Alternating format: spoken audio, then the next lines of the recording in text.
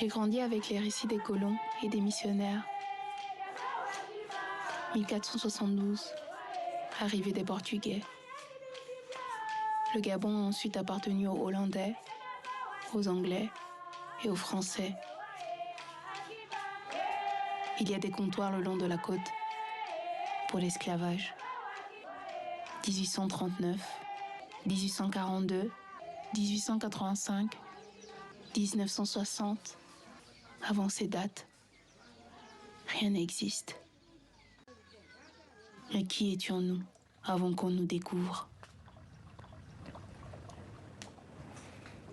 Et bonsoir Marjorie. Bonsoir Nicolas. Ravi de vous retrouver. Alors la 34e édition des États généraux du film documentaire vient donc tout juste de commencer. Oui, le festival se déroule dans la petite commune de Lusace en Ardèche.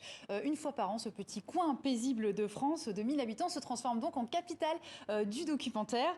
Plus de 120 films sont projetés avec des réalisateurs et donc des histoires du monde entier. Alors vous venez de voir la bande-annonce sur Le Fil du Zénith. Il est réalisé par Nativelle Pontalier. C'est une jeune réalisatrice belgo-gabonaise qu'il faut suivre absolument. Parce qu'elle est issue de la communauté Fan. Oui, en fait, exactement. C'est un peuple qu'on retrouve au Gabon ou encore au Cameroun et qui considère en fait que les morts ne quittent jamais les vivants grâce au biéri. Le biéri, c'est une relique dans laquelle sont conservés les ossements d'ancêtres sur plusieurs générations. Celui qui le détient en fait peut communiquer avec les morts de la famille. On écoute la réalisatrice Nativelle Pontalier. Ça a d'abord commencé par une histoire familiale, d'une histoire autour de ma grand-mère, de sa mort et de la croyance autour d'une relique qui aurait disparu dans la famille. Et cette histoire m'a vraiment interpellée parce que je me suis demandé en fait finalement qui étaient mes grands-parents, qui était ma grand-mère.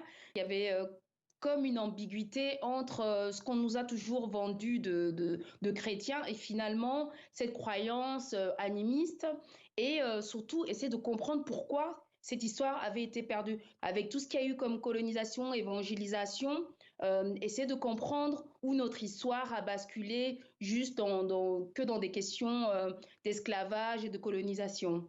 Je me revendique vraiment du documentaire engagé, c'est-à-dire que voilà, je suis à un niveau issu de générations qui n'ont pas forcément eu l'outil du cinéma, l'outil de l'audiovisuel, et aujourd'hui, on sort du fait d'être sujet, tout d'un coup, c'est nous qui nous posons nos propres questions. C'est pas un film ethnologique, je n'apprends pas la culture ou quoi que ce soit, mais c'est plus essayer de savoir comment, 2 générations après, comment on fait pour connaître une histoire, finalement une histoire orale qui s'est perdue déjà par la perte de la langue notamment, mais après aussi par la perte de certaines cérémonies.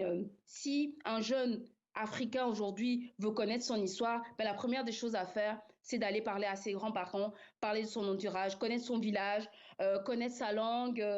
Voilà, pour moi, c'était un peu ça le double message, quoi. Voilà pour Sur le fil du Zénith, mais je crois Marjorie que vous aviez un autre coup de cœur lors de ce festival. Oui, ça s'appelle Si tu es un homme. Cette fois, le réalisateur Simon Panet nous emmène au Burkina Faso, dans les mines d'or. Pendant 2 ans, il a suivi Oupio. C'est un jeune adolescent, donc il a suivi de ses 13 ans à ses 15 ans. Dans son travail quotidien à la mine, on écoute un extrait.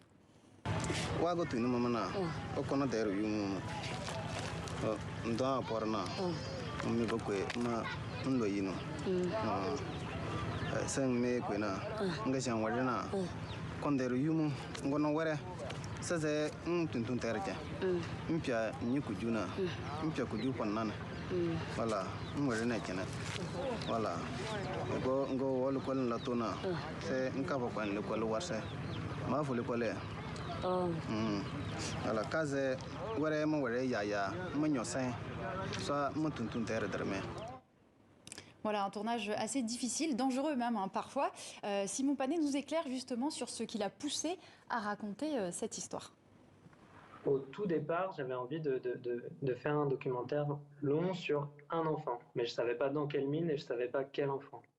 Je savais que je voulais continuer dans le monde des mines d'or artisanales et en fait, j'ai visité des dizaines de mines d'or différentes au Burkina Faso pour trouver mon personnage. Et on a voyagé pendant 2-3 mois et j'ai trouvé, c'est la rencontre avec Oupio qui a été vraiment déterminante et qui a conditionné tout le projet. Et à partir du moment où je me suis dit, cet enfant-là a quelque chose de particulier, je vais m'intéresser à lui. Ça a mis beaucoup de temps en fait pour avoir les autorisations de tournage. Il faut rencontrer tout le monde, il faut rencontrer les chefs des traditions, les chefs des terres, les autorités locales, spirituelles et tout ça. Ça prend beaucoup de temps. On a mis près de 3 mois en fait avant de commencer à tourner. C'est pas un film humanitaire, c'est vraiment un film de cinéma. J'ai pas voulu intervenir, par exemple, par une voix off ou par des interviews. Je voulais vraiment laisser le cours des choses évoluer pour capter la réalité au maximum de ce qu'elle peut être. C'est-à-dire que même si c'est un milieu qui est extrêmement difficile, extrêmement dur, il y a de la joie, il y a des rires, il y a de la vie en fait.